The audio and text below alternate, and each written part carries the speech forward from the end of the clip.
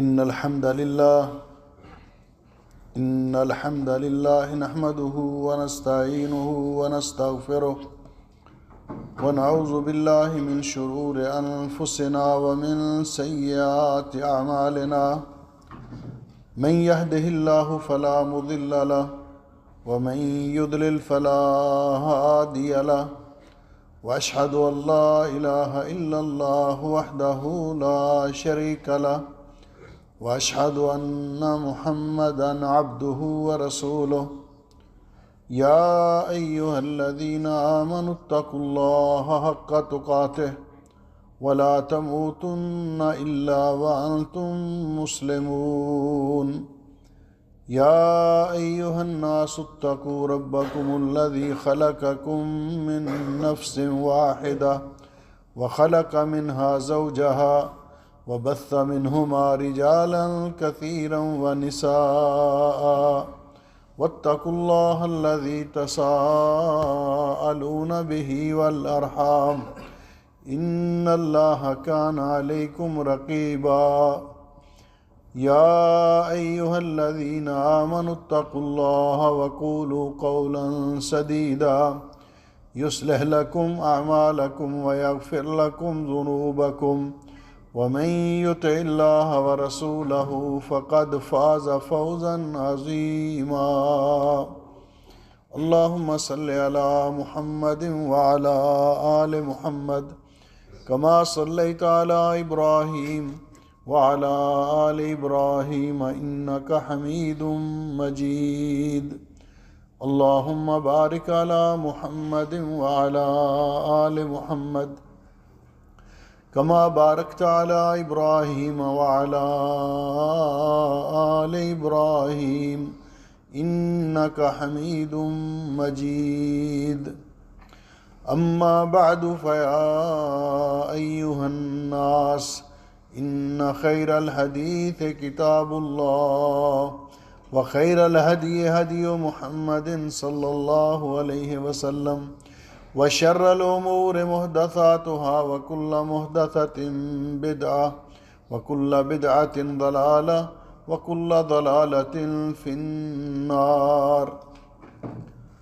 قابل صد احترام بزرگوں اور بھائیوں، آج کے خطبہ جمعہ کا عنوان ہے تفسیر و سورۃ الماعون، سورۃ الماعون کی تفسیر۔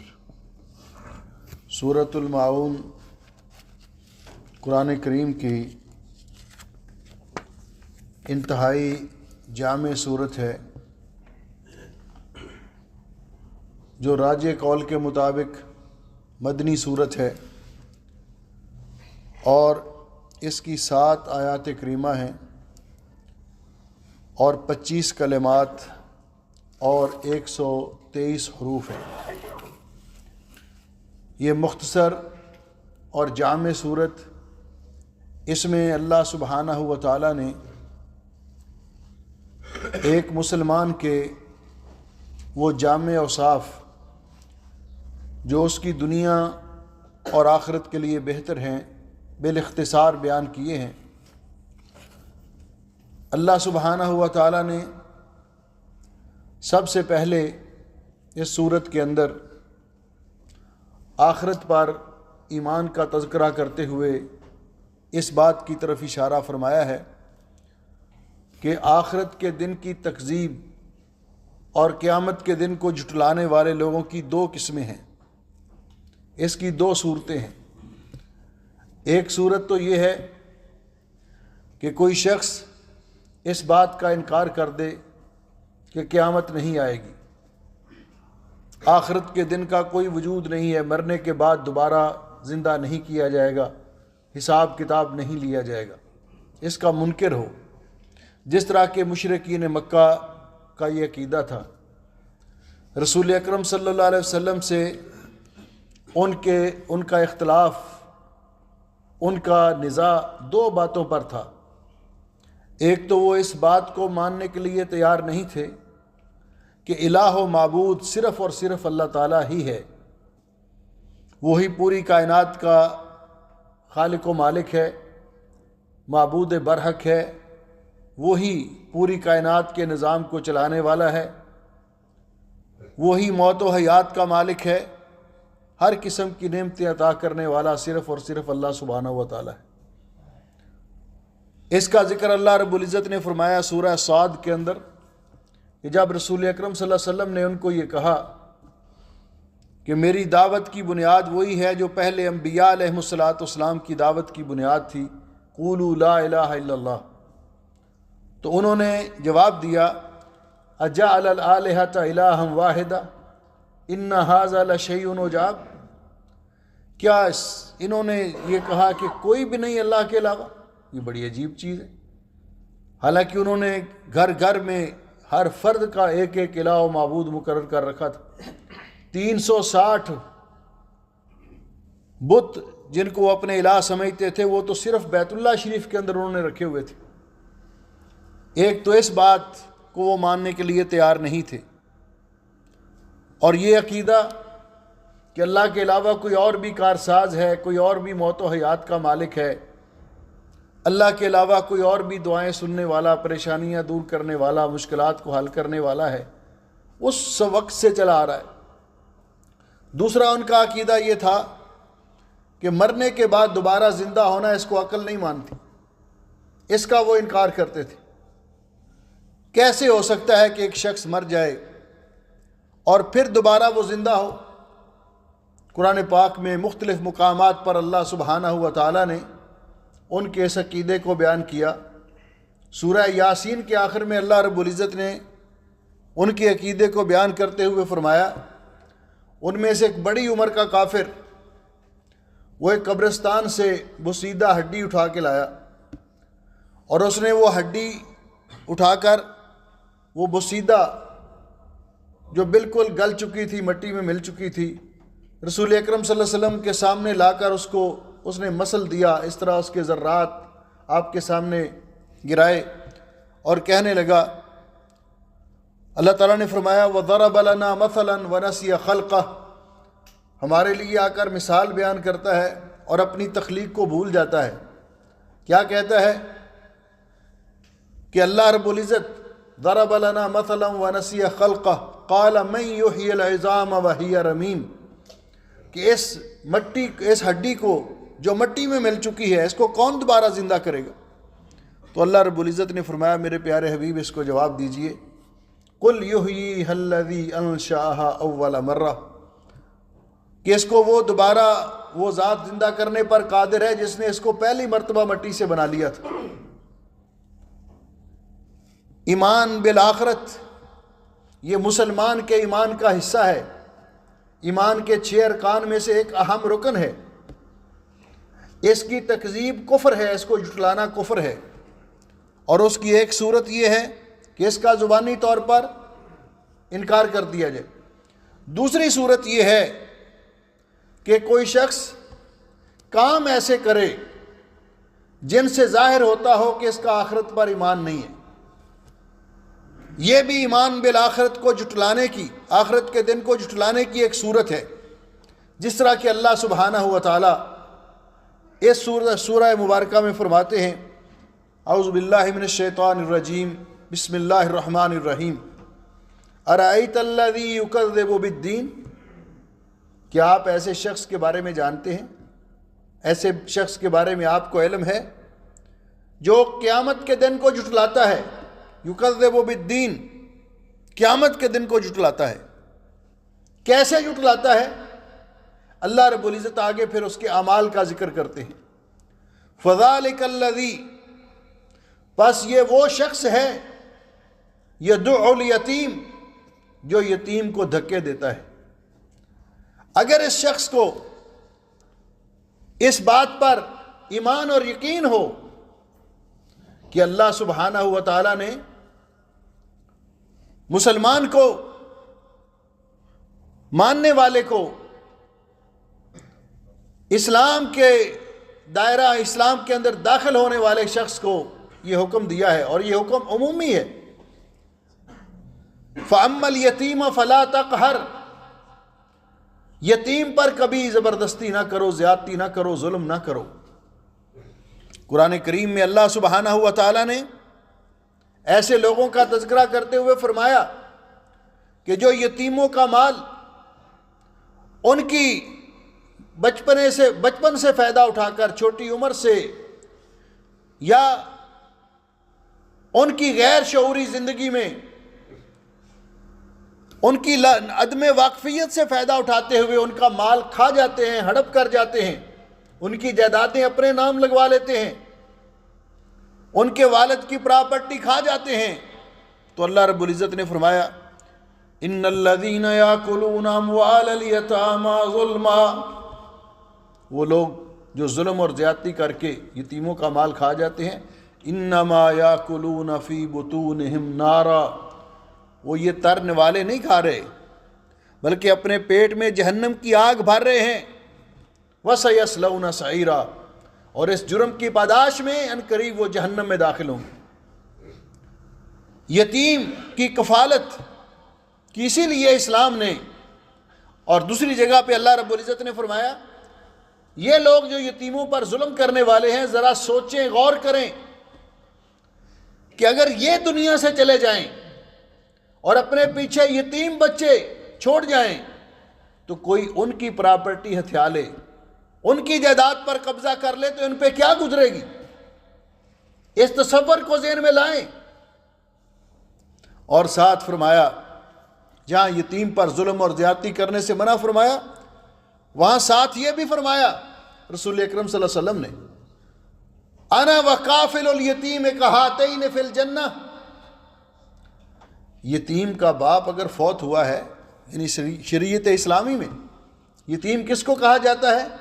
جس کا والد فوت ہو جائے اور وہ ابھی بلوغت کو نہ پہنچا ہو، اس کے والد کو فوت کیا ہے تو اللہ تعالیٰ نے کیا ہے، اس میں اللہ تعالیٰ کی حکمت، جتنی عمر وہ لے کر آیا تھا اس میں بچے کا قصور تو نہیں ہے نا، لیکن اللہ رب العزت نے یتیم کی کفالت کرنے والوں کو یہ اجر و ثواب دیا کہ نبی کریم علیہ السلام نے فرمایا انا وکافل الیتیم کہاتین فی الجنہ، آپ نے اپنی دو مبارک انگلیوں کو ایک ساتھ اس طرح کھڑا کیا، ملایا، فرمایا میں اور یتیم کی کفالت کرنے والا جنت میں اس طرح ہوں گے جس طرح یہ دو انگلیاں آپس میں ملی ہوئی۔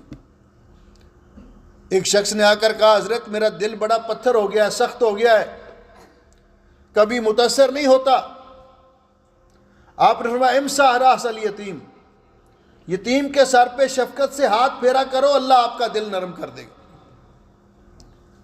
تو اگر اس شخص کو یقین ہوتا کہ قیامت آنے والی ہے، اگر میں نے کسی یتیم پر، کسی مجبور پر، کسی پر ظلم کیا، قیامت کے دن اللہ مجھ سے بات پرس کریں گے، تو یہ کبھی یتیم کو دھکے نہ دیتا،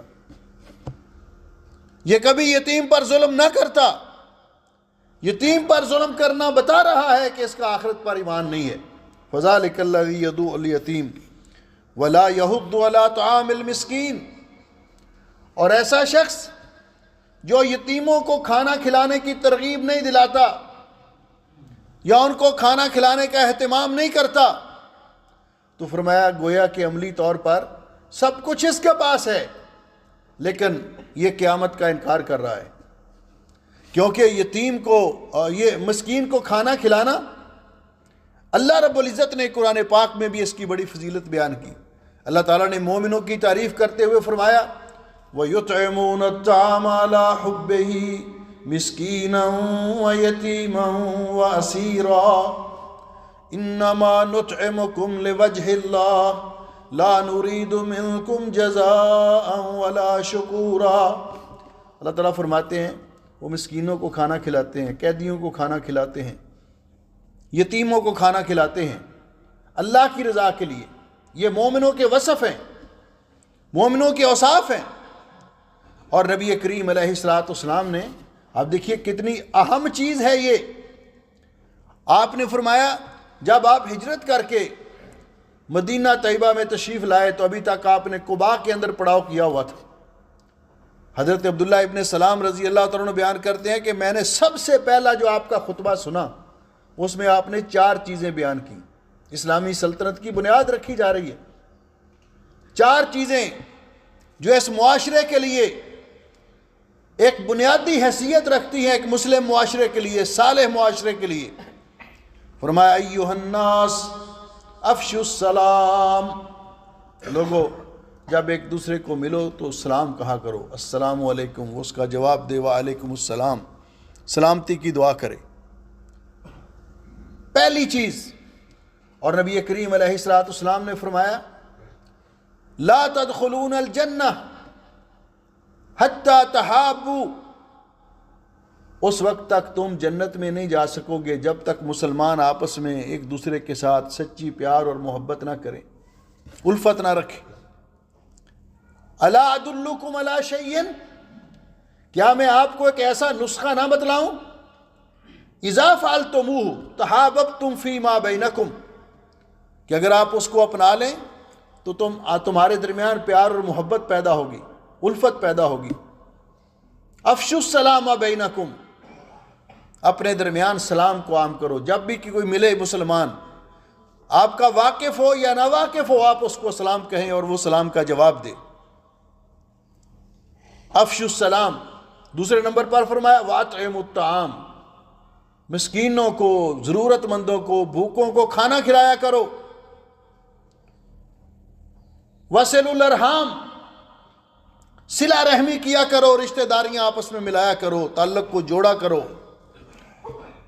وصلوا باللیل والناس نیام، اور رات کو اٹھ کے اللہ کی بارگاہ میں قیام کیا کرو، نماز تہجد ادا کیا کرو جب لوگ سو رہے ہوں۔ اور ایک دوسری حدیث میں رسول اکرم صلی اللہ علیہ وسلم نے فرمایا ثلاث درجات، تین چیزیں ہیں، تین عمل ایسے ہیں جن کے ذریعے اللہ تعالیٰ انسان کے درجات کو بلند کرتا ہے۔ پہلے نمبر پر افشاء السلام واطعام الطعام والصلاة باللیل والناس نیام، سلام کو عام کرنا، ضرورت مندوں کو، مسکینوں کو کھانا کھلانا، اور رات کو اٹھ کے جب لوگ سو رہے ہوں اللہ کی بارگاہ میں قیام کرنا۔ اور یہ شخص یہ مسکینوں کو کھانا کھلاتا بھی نہیں، کھلانے کی ترغیب بھی نہیں دلاتا، حالانکہ اسلام کے اندر اس کی بڑی اہمیت بیان کی کہ جب بھی کوئی بھوکا مل جائے اس کو کھانے کی ضرورت ہے، فک رقبہ او اطعام فی یوم ذی مسغبہ یتیما ذا مقربہ او مسکینا ذا متربہ، مسکینوں اور یتیموں کو کھانا کھلانا یہ وہ چیز ہے جو آخرت کی گھاٹیاں عبور کرنا انسان کے لیے آسان بنا دیتا ہے، انسان کے درجات کو بلند کرتا ہے۔ اس کے بعد فرمایا فویل للمصلین، اس کا تعلق ہے پچھلے خطبے کے ساتھ کہ نبی اکرم صلی اللہ علیہ وسلم کو اللہ رب العزت نے معراج کے موقع پر جو تحائف دیے ان میں سے عظیم ترین تحفہ نماز کا تحفہ تھا۔ اللہ رب العزت نے اس امت پر 50 نمازیں فرض کی جو بعد میں تخفیف کر کے 5 رہ گئیں۔ رسول اکرم صلی اللہ علیہ وسلم نے فرمایا 5 صلوات افترضہن اللہ، رات اور دن میں اللہ تعالیٰ نے میری امت پر 5 نمازیں فرض کی ہیں، نمازیں فرض بھی کی۔ معراج کی رات اگلی صبح کو جبریل امین آئے اور آپ نے رسول اکرم صلی اللہ علیہ وسلم کو نمازوں کے اوقات بتلائے۔ 2 مرتبہ آئے، پہلے دن آئے ظہر کی نماز میں، آپ نے فرمایا امانی جبریل عند البیت مرتین، 2 مرتبہ اللہ کے حکم سے آئے اور آپ کو نماز کے اوقات بتلائے۔ پہلے دن ظہر کی نماز کے وقت آئے اور فرمایا اس وقت ظہر کی نماز ادا کی اذا زالت الشمس، جب سورج ڈھل گیا اور ایک تسمے کے برابر تھوڑا سا سایہ دیواروں سے نیچے اتر آیا، اس وقت ظہر کی نماز پڑھائی۔ پھر آئے اس وقت عصر کی نماز پڑھائی جب ہر چیز کا سایہ اس کے قد کے برابر ہو گیا۔ پھر آئے مغرب کے وقت، اس وقت مغرب کی نماز پڑھائی جب سورج غروب ہو گیا۔ پھر آئے عشاء کے وقت، اس وقت عشاء کی نماز پڑھائی جب شفق غائب ہو گئی۔ شفق وہ سرخی جو غروب آفتاب کے وقت آسمان کے کنارے پہ ہوتی ہے، جب وہ غائب ہو گئی، اندھیرا چھا گیا، تو اس وقت عشاء کی نماز پڑھائی. پھر اگلے دن فجر کے وقت آئے تو فجر کی نماز پڑھائی. جب اچھی طرح تاریکی چھائی ہوئی تھی، جب بہو پھوٹی، صبح صادق طلوع ہوئی، اس وقت فجر کی نماز پڑھائی.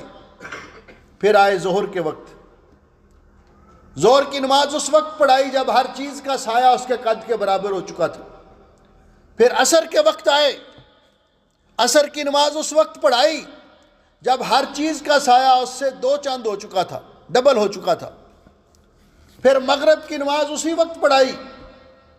پھر عشاء کی نماز اس وقت پڑھائی جب رات کا کافی حصہ گزر چکا تھا.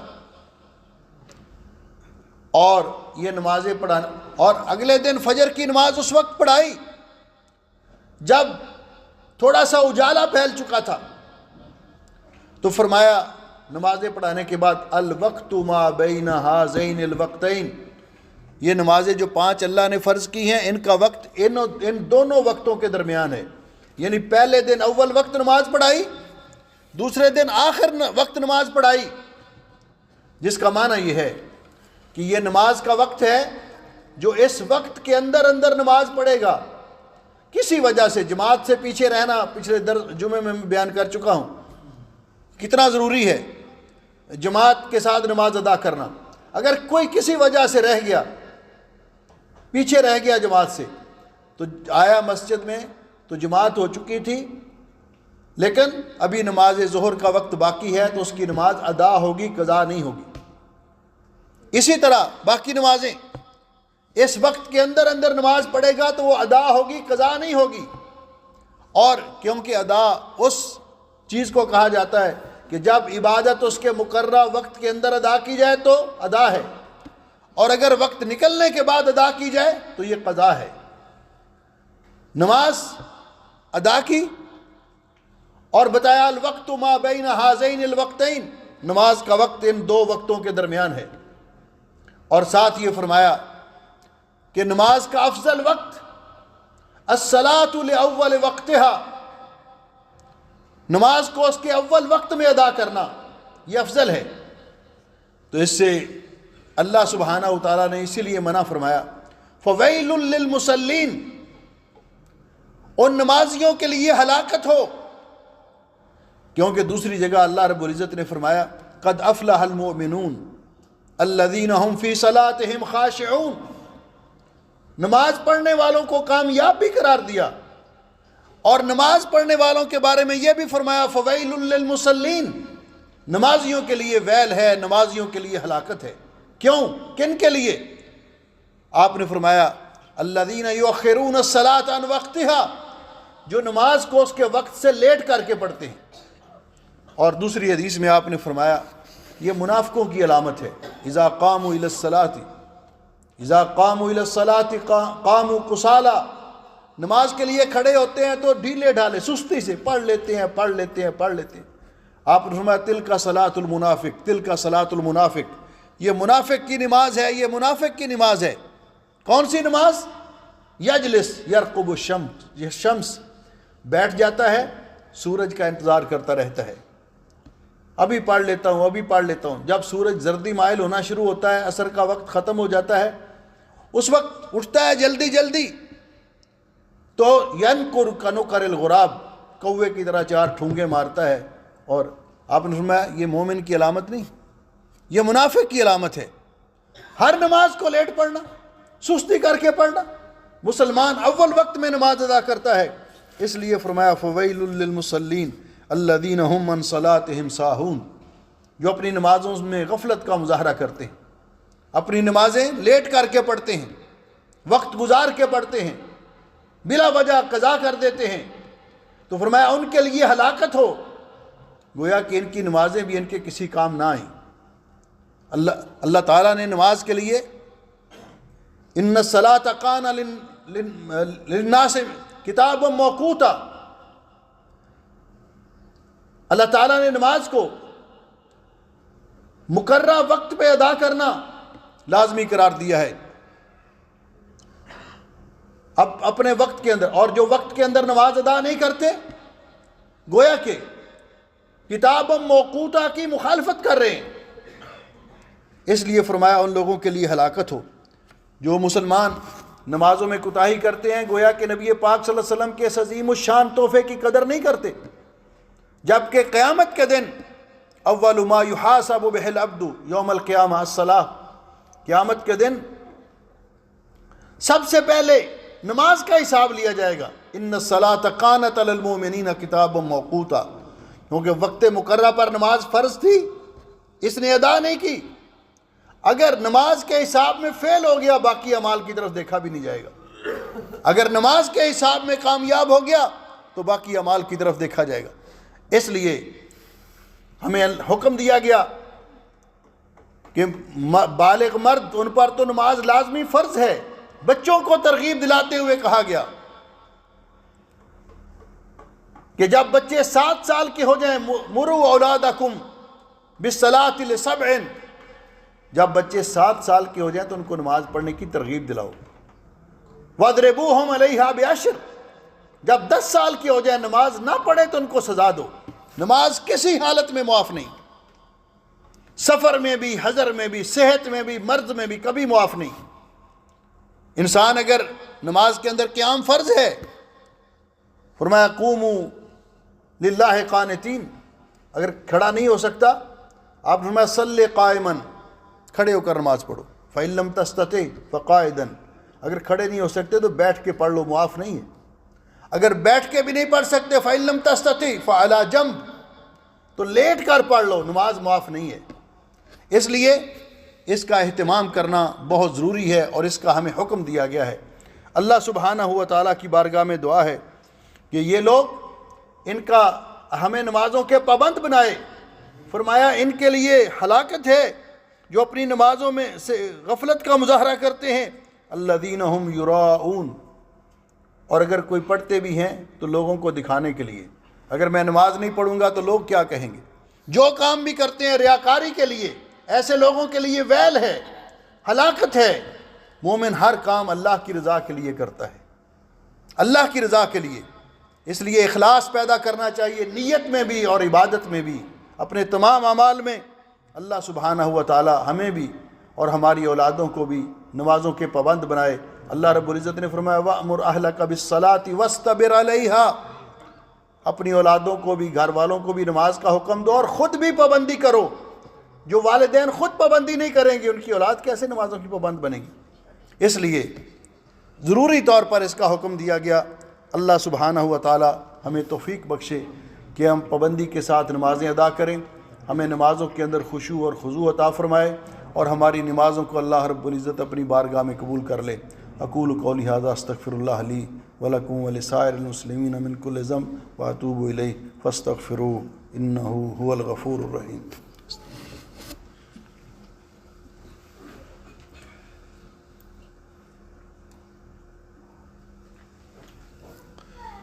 ان الحمد للہ نحمده ونستعینه ونستغفره ونعوذ باللہ من شرور انفسنا ومن سیئات اعمالنا من يهده الله فلا مضل له ومن يضلل فلا هادي له اشهد ان لا اله الا الله وحده لا شريك له واشهد ان محمدا عبده ورسوله اما بعد۔ محترم بھائیو اور عزیزو، سورت کے آخر میں اللہ رب العزت نے معاشرے کی ایک ضرورت، آپس میں باہم الفت اور پیار و محبت پیدا کرنے، ایک دوسرے کے ضرورت کے وقت کام آنے کے بارے میں ہماری رہنمائی کرتے ہوئے فرمایا کہ جن لوگوں کے لیے ہلاکت ہے، ایک تو وہ یہ سارے پچھلے کام جو میں نے گنوائے، یتیموں کے ساتھ شفقت نہیں کرتے، ان کو دھکے دیتے ہیں، مسکینوں کو کھانا کھلانے کی ترغیب نہیں دلاتے، نمازوں کے اندر سستی کا مظاہرہ کرتے ہیں اور اپنے اعمال کے اندر ریاکاری کرتے ہیں۔ ان کا ایک برا وصف یہ بھی بیان کیا وَيَمْنَعُونَ الْمَاعُونَ، کہ وہ عام استعمال کی چیزیں بھی ایک دوسرے کو نہیں دیتے۔ معاون کا معنی ہے الشیء القلیل، تھوڑی سی چیز بھی، جس طرح بعض چیزیں ایسی ہیں کہ جو معاشرے کے اندر مشترک ہوتی ہیں۔ رسول اکرم صلی اللہ علیہ وسلم نے فرمایا الناس شرکاء فی ثلاث، لوگ 3 چیزوں کے اندر مشترک ہوتے ہیں، الماء والنار والکلا۔ کلا کہتے ہیں عشب، یہ جو عام چراگاہ کے اندر یا جانوروں کے کھانا ہوتا ہے عام چراگاہ کے اندر یا جہاں لوگ جانوروں کو چراتے ہیں، تو اس میں لوگ مشترک ہوتے ہیں۔ پانی بہہ رہا ہے نہر کے اندر، کسی کا حق نہیں پہنچتا کہ وہ کسی دوسرے کو روکے کہ نہیں بھی اس سے آپ پانی نہیں پی سکتے یا پانی نہیں بھر سکتے۔ آگ، اس میں بھی لوگ مشترک ہیں۔ آگ جل رہی ہے، کوئی وہاں سے اپنی آگ جلانا چاہے، اس کو سینکنا چاہے تو اس کو استعمال کر سکتا ہے، کوئی اس کو منع نہیں کر سکتا۔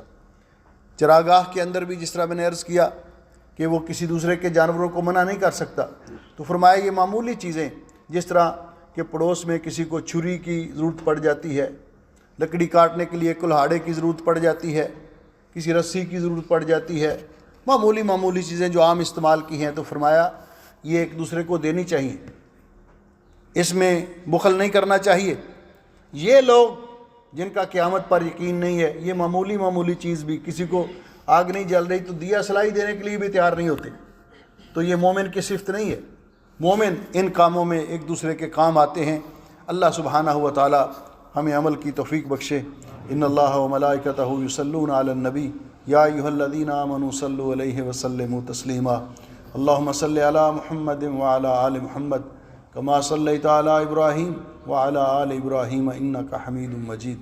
اللہم بارک علی محمد وعلی آل محمد کما بارکت علی ابراہیم وعلی آل ابراہیم انک حمید مجید۔ ربنا ظلمنا انفسنا وان لم تغفر لنا وترحمنا لنکونن من الخاسرین۔